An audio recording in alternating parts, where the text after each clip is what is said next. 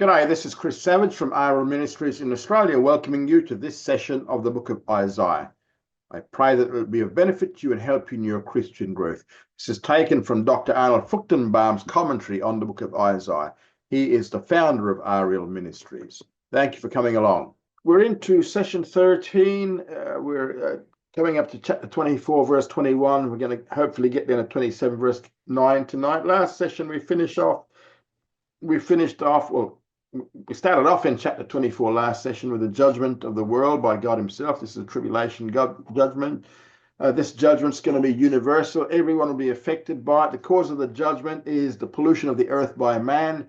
Man polluted the earth by violating the everlasting covenant, which we spoke about last session, which was a Noahic covenant found in Genesis 9.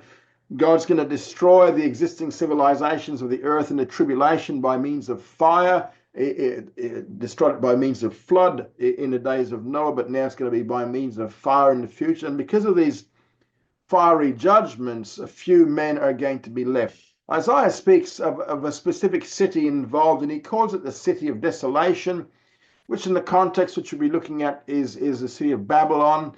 Now, no man will be able to enter into this city because it's going to be blocked by its ruins. It's going to be completely ruined.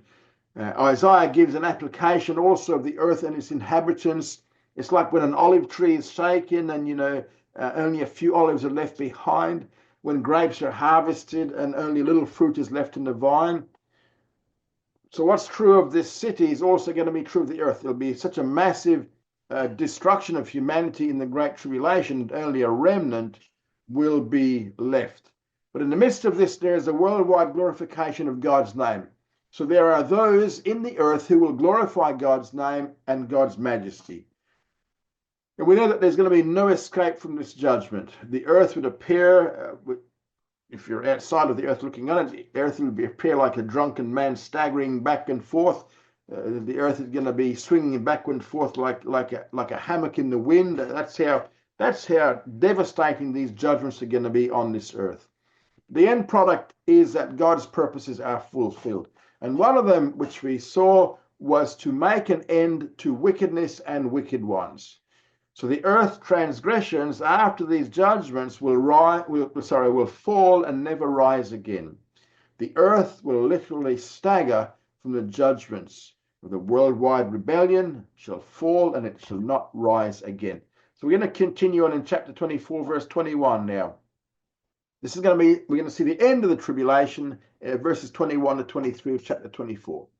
And it shall come to pass in that day that Jehovah will punish the host of the high ones on high, and the kings of the earth upon the earth. And they shall be gathered together, as prisoners are gathered in the pit, and shall be shut up in the prison.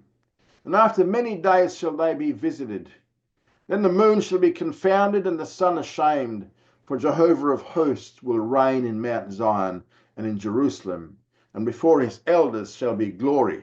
So the passage here begins in verse 21 with the phrase, in that day. Again, in that day, when they're putting the events into the prophetic future. Two groups are judged here in verse 21. First of all, we're going to see those on high are judged, and that is wicked angels are judged. Second, those below are also judged. It says the kings of the earth. Both groups are going to be confined in verse 22. And they're going to be gathered together as prisoners are gathered in the pit and shall be shut up in the prison. Now, the pit is one of the descriptive terms for hell. It's for humanity. The prison is for the fallen angels who will be confined in two places. One will be Edom in southern Jordan, and the other one is Babylon, which is southern Iraq. Satan alone is going to be confined to the abyss, which is in a part of hell, of Sheol. Now, notice that the text says, and after many days shall they be visited or punished. They'll be confined to the pit and the prison for many days. Now, because the time reference here puts this event at the end of the Messianic kingdom after the 1,000 years, then they'll be visited and the great white throne judgment will take place. Remember, we're talking about these 24 to 27 follows pretty much the book of Revelation. So this follows the same sequence of events as Revelation does, the book of Revelation. Now, notice in verse 23 that after their confinement, the kingdom is going to be established. The sun and the moon will be disgraced or outshone by the Shekinah glory of God. The reason they are outshone is because Jehovah himself reigns from Jerusalem in the person of the Messianic King, the Lord Jesus Christ. The moon and sun are outshone by the Shekinah glory. Shekinah glory is also reflected by the elders in that day, as we see here in verse 23. Now, this passage, the Song of Praise here, which we're going to look at from chapter 25, verse 1 to 12, this passage is in 3 sections, or praise sections. One is for deliverance in verses 1 to 5. One is for millennial blessings in verses 6 to 8, and one for the judgment of Israel's enemies in verses 9 to 12. So we're going to look at, first up, we're going to look at praise for deliverance in verses 1 to 5. O Jehovah, you are my God. I will exalt you. I will praise your name. For you have done wonderful things, even counsels of old, in faithfulness and truth. For you have made of a city a heap, of a fortified city a ruin, a palace of strangers to be no city. It shall never be built. Therefore shall a strong people glorify you. A city of terrible nations shall fear you. For you have been a stronghold to the poor, a stronghold to the needy in his distress, a refuge from the storm, a shade from the heat, when the blast of the terrible ones is as a storm against a wall. As the heat in a dry place will you bring down the noise of strangers. As the heat by the shade of a cloud, the song of the terrible ones shall be brought low. So here the author declares, O Jehovah, Isaiah declares, O Jehovah, you are my God. I'll exalt you. I'll praise your name. And then he gives 3 reasons for this praise.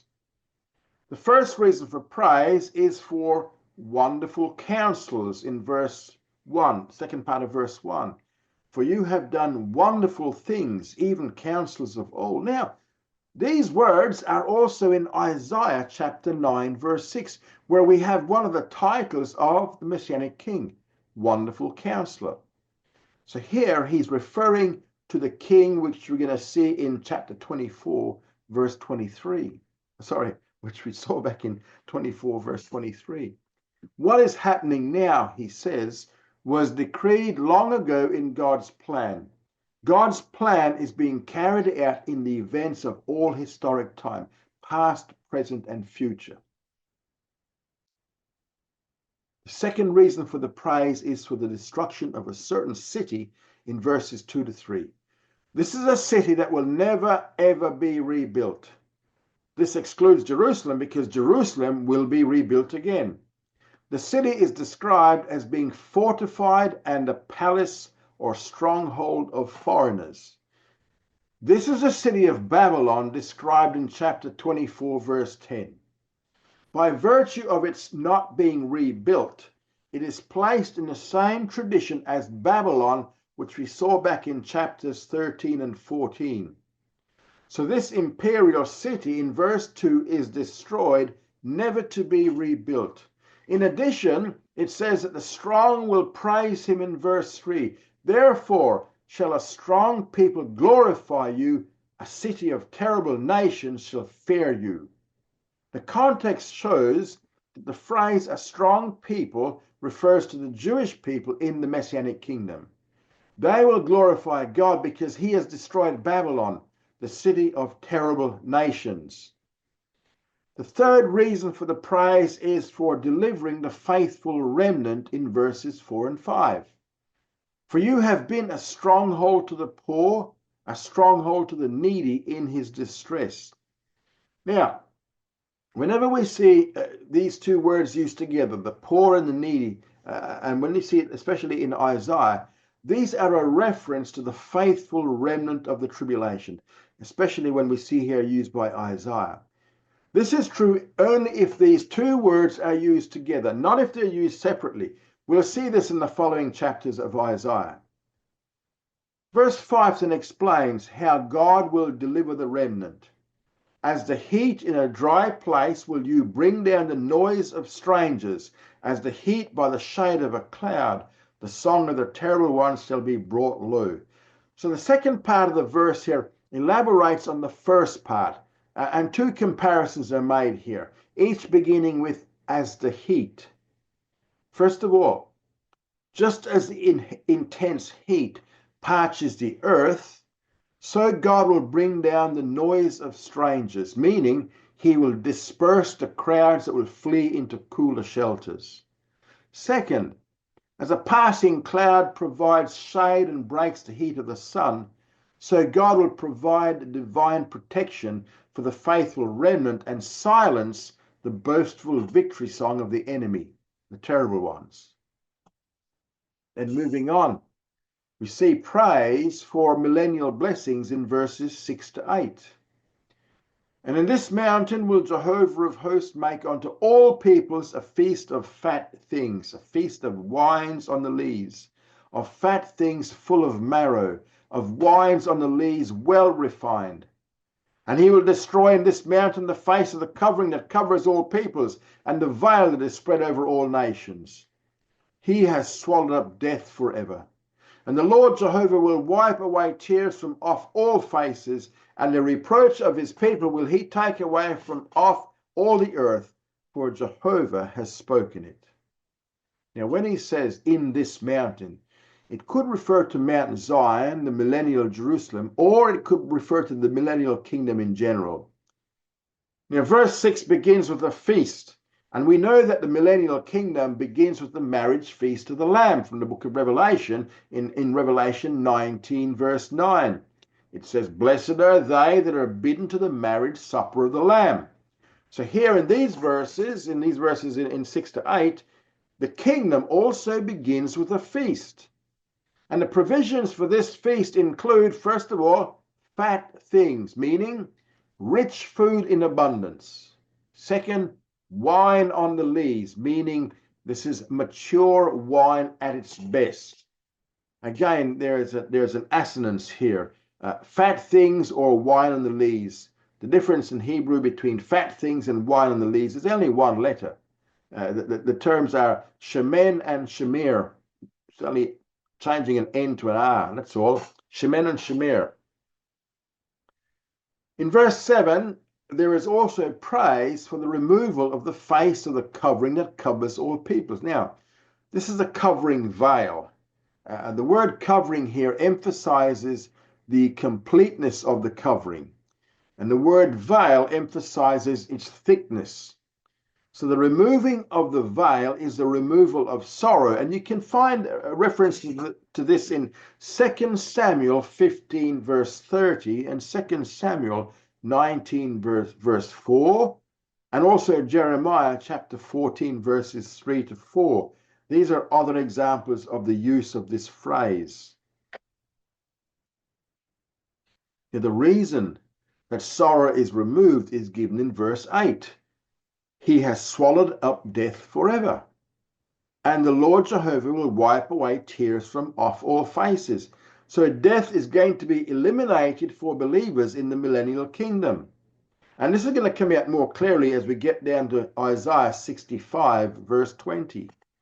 Tears will also be wiped away, and Israel's disgrace will be removed. And the assurance of this was that Jehovah has spoken it. That's why it's going to happen. And now looking in verses 9 to 12, we're going to see praise for judgment on Israel's enemies. And it shall be said in that day, "Lo, this is our God. We have waited for him, and he will save us. This is Jehovah.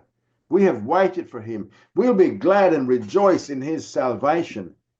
For in this mountain will the hand of Jehovah rest, and Moab shall be trodden down in his place, even as straw is trodden down in the water of the dunghill. And he shall spread forth his hands in the midst thereof, as he that swims spreads forth his hands to swim. For Jehovah will lay low his pride together with the craft of his hands. And the high fortress of your walls has he brought down, laid low, and brought to the ground, even to the dust.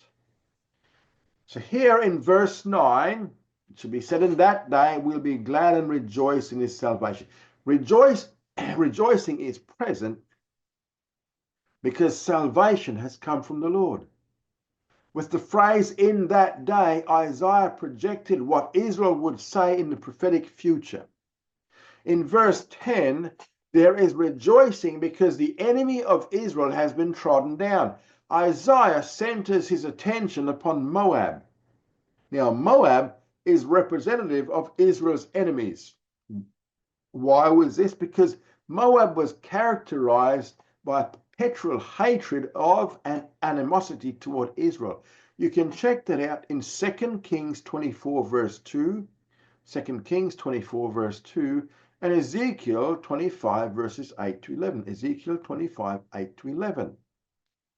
Now, while the hand of Jehovah is upon Mount Zion for protection, his hand will be upon Moab and Israel's other enemies for destruction. Isaiah now becomes very graphic. Moab will be trampled and become like a watery cesspool. This is the water of a dung pit. It's a sewage pit.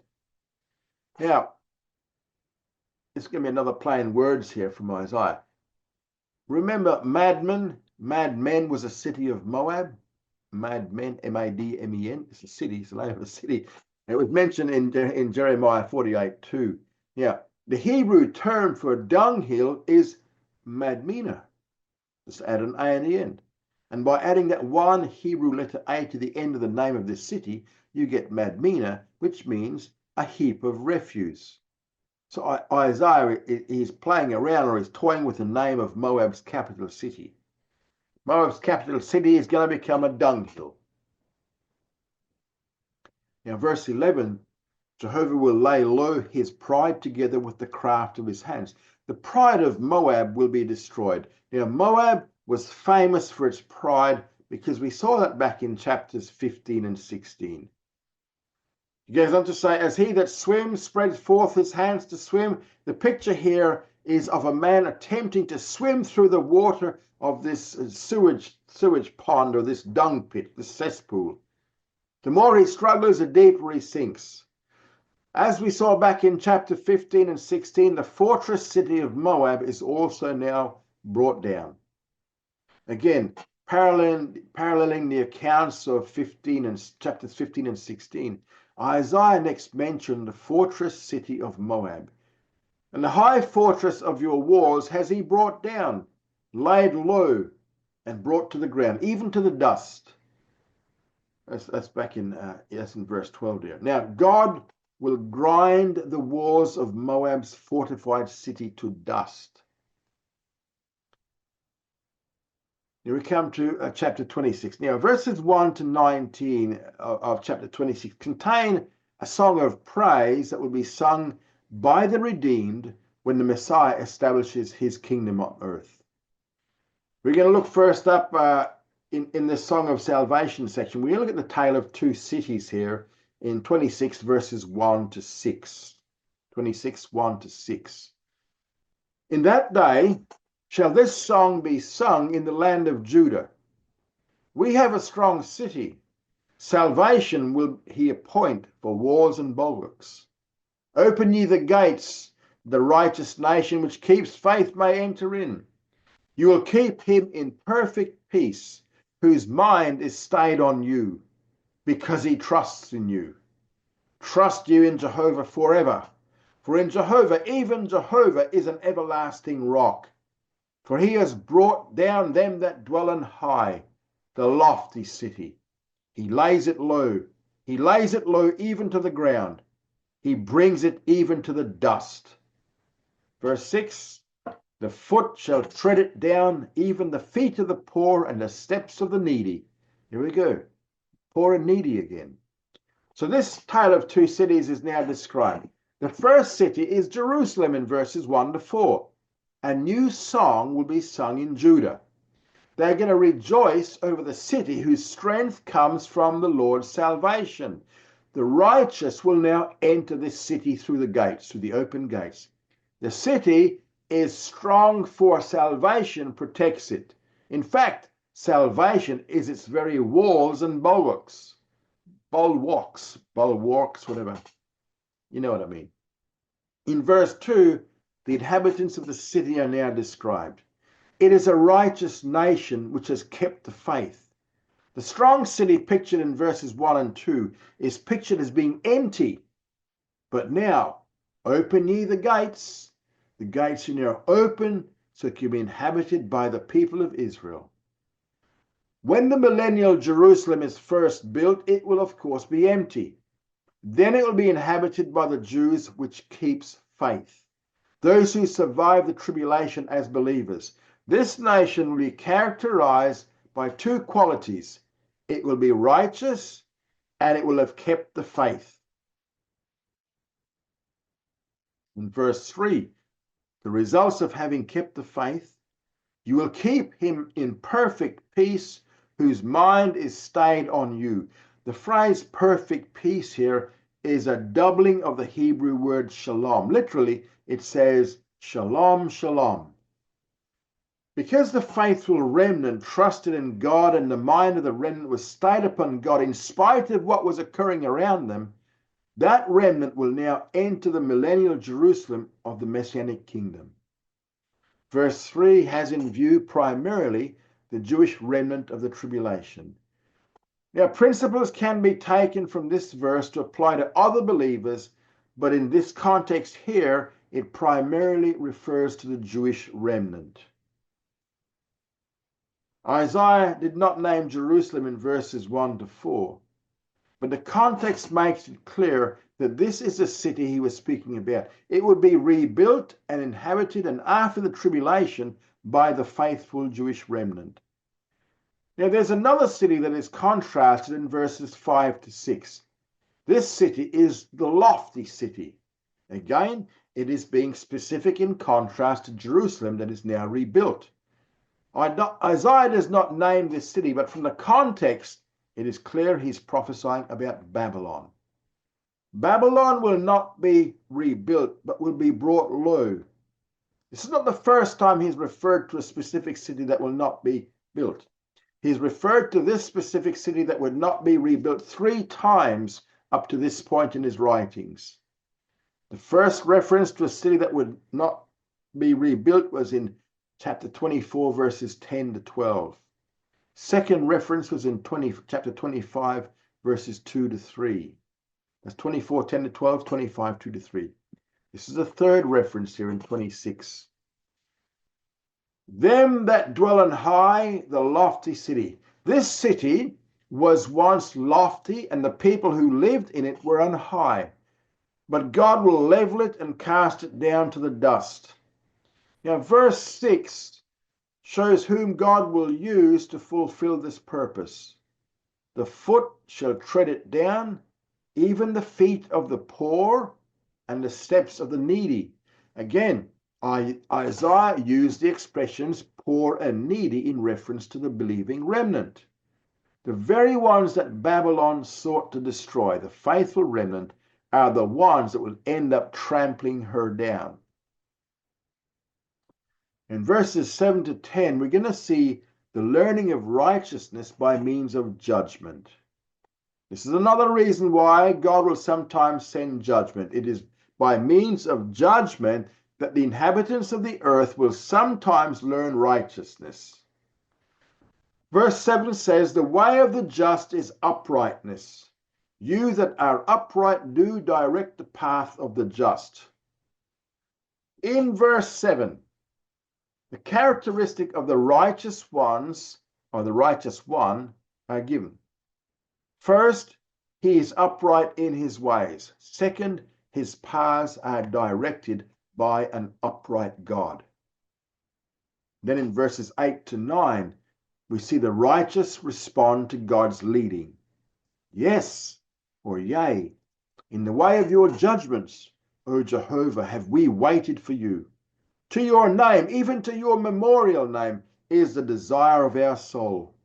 With my soul have I desired you in the night. Yes, with my spirit within me will I seek you earnestly. For when your judgments are in the earth, the inhabitants of the world learn righteousness. Now, if we were to go back to Isaiah 24, verses 14 to 16, Isaiah 24, 14 to 16. Throughout the tribulation judgments, the faithful remnant have been waiting for the Lord. They have had a desire for his memorial name. Both their souls and their spirits will yearn for him. They will long for God with their entire being.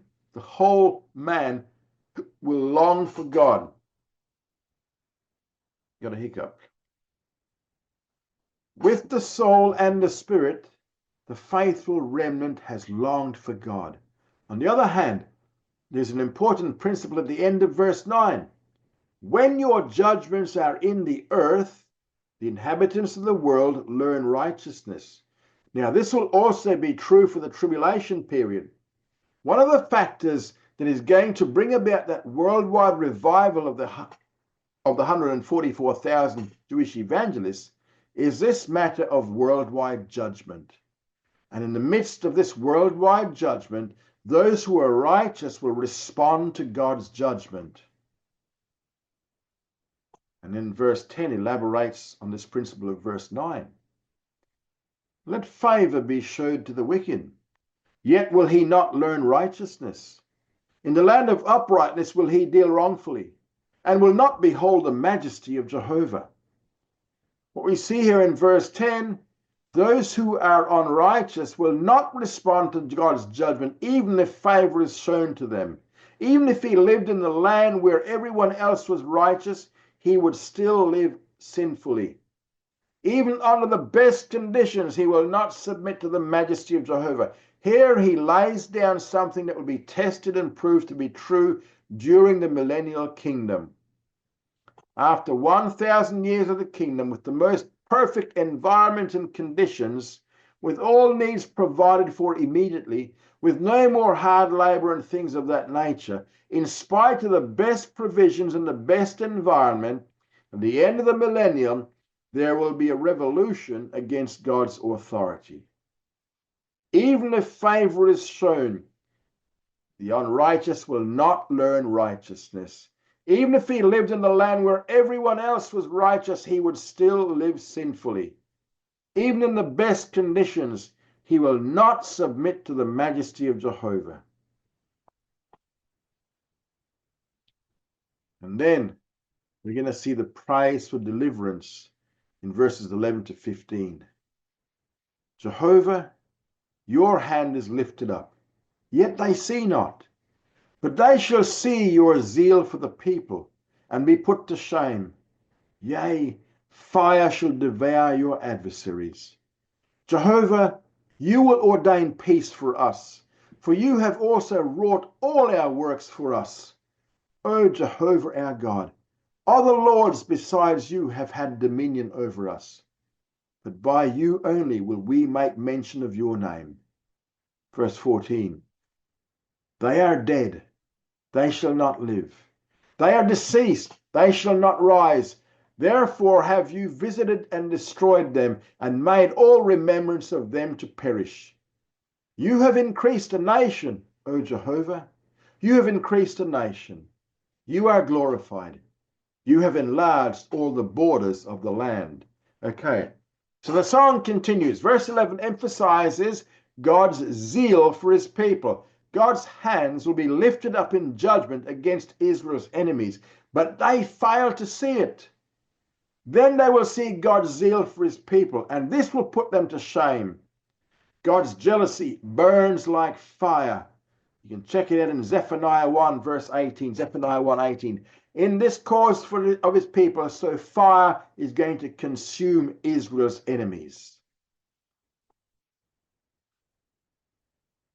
Now, while there's woe for Israel's enemies, in verse 12, there is peace for the people themselves.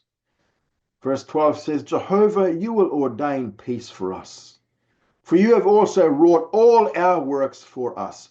At the end of the tribulation, Israel's enemies will be judged and put away at the judgment of the Gentiles. We see this in Joel chapter 3, verses 1 to 3, and also Matthew 25, verses 31 to 46.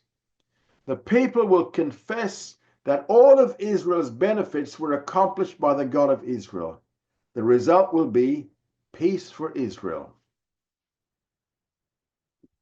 Now, verse 13 to 14 says, Israel has had many lords. In the course of the times of the Gentiles, these lords have been numerous. O Jehovah our God, other lords besides you have had dominion over us. But now Jehovah will be the only one who will be Lord over them. By you only will we make mention of your name. He'll be the only one that they will worship. If Israel's past sins caused her to be dominated by others, that will no longer be true. Now Jehovah will be Israel's only Lord, and his name alone will they worship.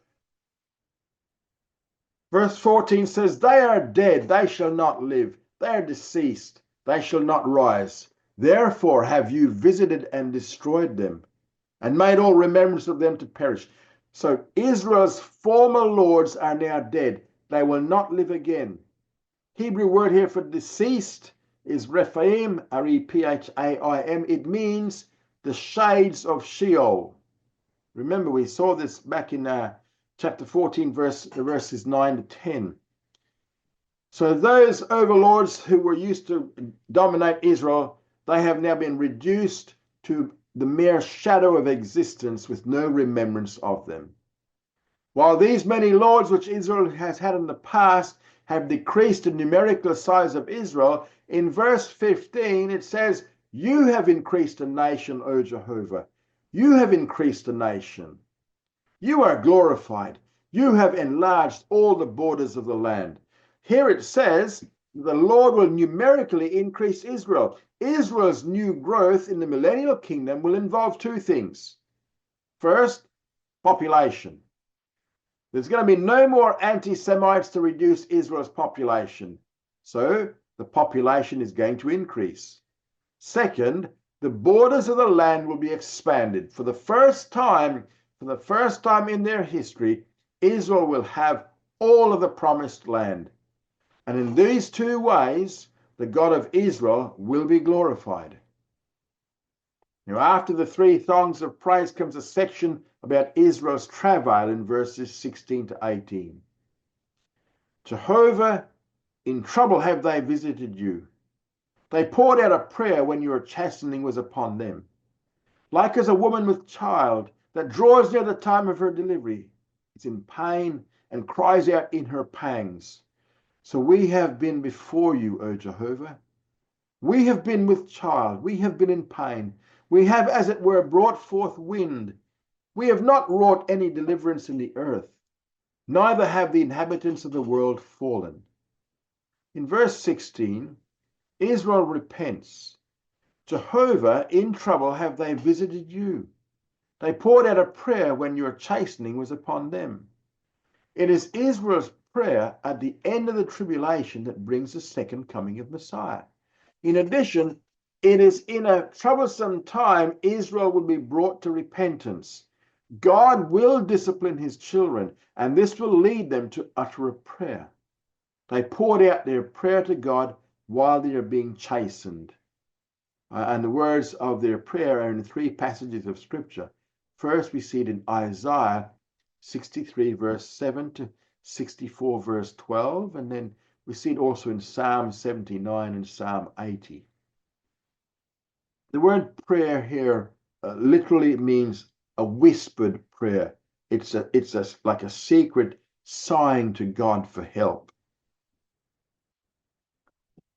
Now, verses 17 to 18 state that Israel has failed to produce in the past. Like as a woman with child that draws near the time of her delivery, Israel has been in labor. In birth pain, they have been in birth pain and birth pain and birth pain. But there has never been a delivery. We have, as it were, brought forth wind. We have not wrought any deliverance in the earth. Rather than giving birth to something significant, the salvation of the world or many individuals, these experiences of Israel only proved painful for the Israelites. But now there's a change. Now there's a change. We're going to see in 26 verse 19, we're going to see the resurrection of the Old Testament saints. Your dead shall live. My dead bodies shall arise. Awake and sing, you that dwell in the dust, for your dew is as a dew of herbs, and the earth shall cast forth the dead. This verse is one of the few Old Testament passages that really specifies a coming resurrection. The resurrection of the Old Testament saints will take place after the tribulation, because the rapture includes only church saints. The tribulation and Old Testament saints will not be resurrected until after the tribulation. When the Old Testament saints are resurrected in verse 19, it will be like the dew of the morning, and the earth shall cast forth the shades. So the Old Testament saints that have been mere shadows of existence will now take on flesh and blood again by means of the resurrection. Now, an important fact to remember here is that these saints are not the church. The church only came into existence in Acts 2.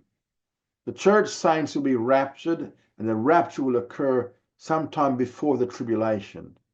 After the tribulation will be a 75-day interval, during which time the Messiah will rebuild the earth, and at this point the saints of the Hebrew Scriptures will be resurrected. In the Hebrew Scriptures, this is stated by 4 passages. The first being Isaiah 26:19, which we're just seeing here. This verse provides a general statement of the fact that a resurrection will take place at some time. Elsewhere, the resurrection of the Old Testament saints is found in only 3 places in the Old Testament.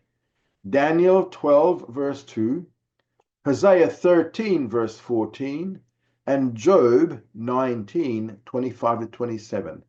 These are the only 3 places which actually pinpoint a resurrection in the Old Testament.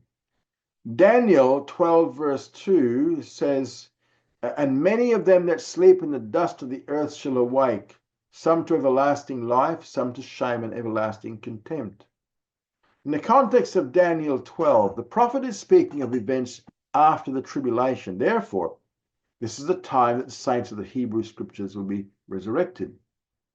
A more literal paraphrase of the verse would read as follows. And at that time, many of your people shall awake, or be separated out, from among the sleepers in the earth's dust. These who awake shall be unto life everlasting. But those, meaning the rest of the sleepers, who do not awake at this time, shall be unto shame and contempt everlasting. So this verse here draws a clear distinction between the resurrection of the righteous and the resurrection of the unrighteous. Only the first group, the righteous, will be resurrected in the 75-day interval following the tribulation in order to partake of the blessings of the millennial kingdom. Now, because of the scarcity of the Old Testament references, the Sadducees decided that there would not be such a thing as a resurrection. The Pharisees believed it, but the Sadducees did not. That's probably why they were Sadducee. Now, restoration of Israel we see in chapter 26 verse 20 down to chapter 27 verse 13. Back in chapter 24, Isaiah dealt with the tribulation as it affects mankind in general. In chapters 25 and 26, 2 songs are given. And then in chapter 27, he gives a survey of the tribulation and the kingdom as it specifically affects Israel rather than the world in general. And now, this section here is divided into 6 sections. It begins with verses 20 to 21 with a description of Israel's refuge in the tribulation. Come, my people, enter you into your chambers and shut your doors about you. Hide yourself for a little moment until the indignation be overpast. For, behold, Jehovah comes forth out of his place to punish the inhabitants of the earth for their iniquity. The earth also shall disclose her blood, and shall no more cover her slain. So verse 20 of chapter 26 is an invitation and a call to Israel to go into hiding until the indignation is past. God invites his people and calls them to hide until the wrath has passed by. Now, in the broader outline of Israel's flight for refuge, scripture passages are found elsewhere. For instance, in Matthew 24, verse 15 to 16, it speaks of Israel fleeing to the mountains. In Revelation 12, verse 6, and Revelation 12, verses 12 to 13, it says it's in the wilderness where they flee to. The place of the hiding we see is in Micah chapter 2, verse 12. Micah 2:12 says, I will surely assemble, O Jacob, all of you. I will surely gather the remnant of Israel. I will put them together as a sheep of Bozrah, as a flock in the midst of their pasture. So the place is in ancient Bozrah or modern day Petra. The remnant is gathered together as the sheep of Bozrah. Since the sheep of Bozrah are not any different than any other sheep, this gathering of the sheep of Bozrah simply means that they are to be gathered in Bozrah. Israel is the flock of God, and this flock is to be gathered in Bozrah. The ancient city of Bozrah was located in the region of Mount Seir. Now, Mount Seir, it's to the east of Israel there. It is a very rocky range of mountains, and its name means the hairy mountains. So this place, Bozrah, fulfills the requirements of the Matthew passage. It is located also in the wilderness section of ancient Edom, and so it fulfills the requirement of the Revelation passage. The purpose of this indignation while the Jews are hiding is found in verse 21. The purpose is to punish the inhabitants of the earth for their iniquity. The earth herself will reveal the bloodshed that has taken place and will no longer conceal her slain. Once the inhabitants of the earth have been sufficiently punished for their sins, then God will turn to the people in hiding, and that turning will lead to Israel's national regeneration. We now look at the punishment of Leviathan. This is chapter 27, verse 1. In that day, Jehovah with his hard and great and strong sword will punish Leviathan, the swift serpent, and Leviathan, the crooked serpent, and he will slay the monster that is in the sea. The phrase "in that day" puts the event in the prophetic future. This verse wants the punishment of Leviathan. Leviathan is a reference to Satan. He's given 3 descriptions, and God's sword is also given 3 descriptions. First, the hard sword will be against the swift serpent. Second, the great sword will be against the crooked serpent. And third, the strong sword will be against the monster that is in the sea. That Leviathan is Satan comes from a comparison of Job chapter 3, verse 8, along with Job 41, verses 1 to 34. He's mentioned in this form in 2 Psalms also, Psalm 74, verse 14, and Psalm 104, verse 26. They're there on the screen. Again, what we see here is that the structure that is found in Revelation, the book of Revelation, is based upon Isaiah chapter 24 to chapter 27. After the return of the Lord, who is confined? After the return of the Lord, who is confined? Satan will be confined. This reference is expanded in Revelation chapter 20, verses 1 to 3. Revelation 20, verses 1 to 3. After Israel's national regeneration, Satan is taken and punished. He is confined to the abyss for 1,000 years. Now we see the Song of the Vineyard in verses 2 to 6 of chapter 27. In that day, A vineyard of wine, sing ye unto it. I, Jehovah, am its keeper.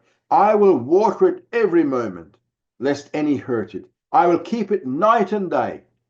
Wrath is not in me. Would that the briars and thorns were against me in battle. I would march upon them. I would burn them together. Or else, let him take hold of my strength, that he may make peace with me. Yea, let him make peace with me. In days to come shall Jacob take root.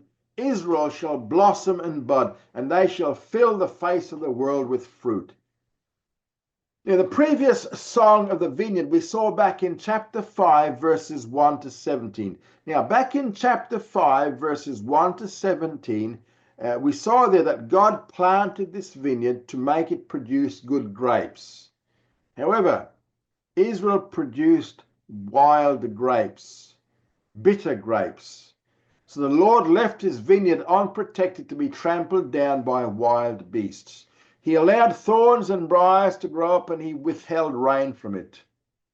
Now, with Israel's national regeneration, there's another song of the vineyard in verses 2 to 6, which is in contrast to the previous song of the vineyard in chapter 5, verses 1 to 17. In verse 2, he introduces the song, in that day, which is the day of Israel's regeneration. A vineyard of wine, sing ye unto it.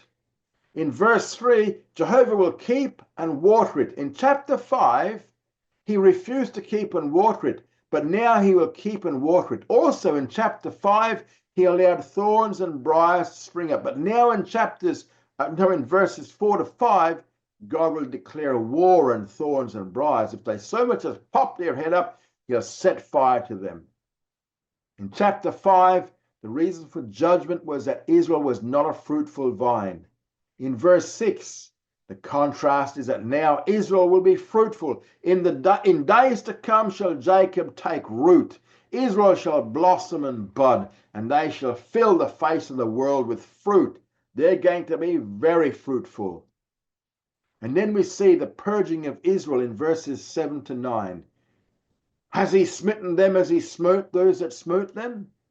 Or are they slain according to the slaughter of them that were slain by them? Verse 8, in measure, when you sent them away, you did contend with them. He has removed them with his rough blast in the day of the east wind. Therefore, by this shall the iniquity of Jacob be forgiven. And this is all the fruit of taking away his sin, that he makes all the stones of the altar as chalk stones that are beaten in sunder, so that the Asherim and the sun images shall rise no more. Okay, what's he saying here? Well, this section begins with a question in verse 7 that asks, has God devastated Israel the way he devastated Israel's enemies? The second question he asked is, did Israel ever have to mourn the same number of victims as her enemies? The answer is no, because in verse 8, Israel's punishment was tempered by measure. This was necessary so that Israel would not have been destroyed totally. Notice he says, he sent them away and he removed them from the land. The dispersion was part of God's punishment, but it was tempered by measure for the purpose of pointing out their sin. And in verse 9, therefore, by this shall the iniquity of Jacob be forgiven. It was by means of punishment that Israel's sins were purged. By means of the tribulation judgments, Israel will turn to the Lord, and this will bring about Israel's national regeneration, which in turn will lead to a total rejection of all forms of idolatry. The stones of the altars to pagan gods will be crushed to pieces, beaten in sunder, and no Asherah poles or images of the sun god will be left standing. All gone. No more idolatry. And that is where we leave it for this session.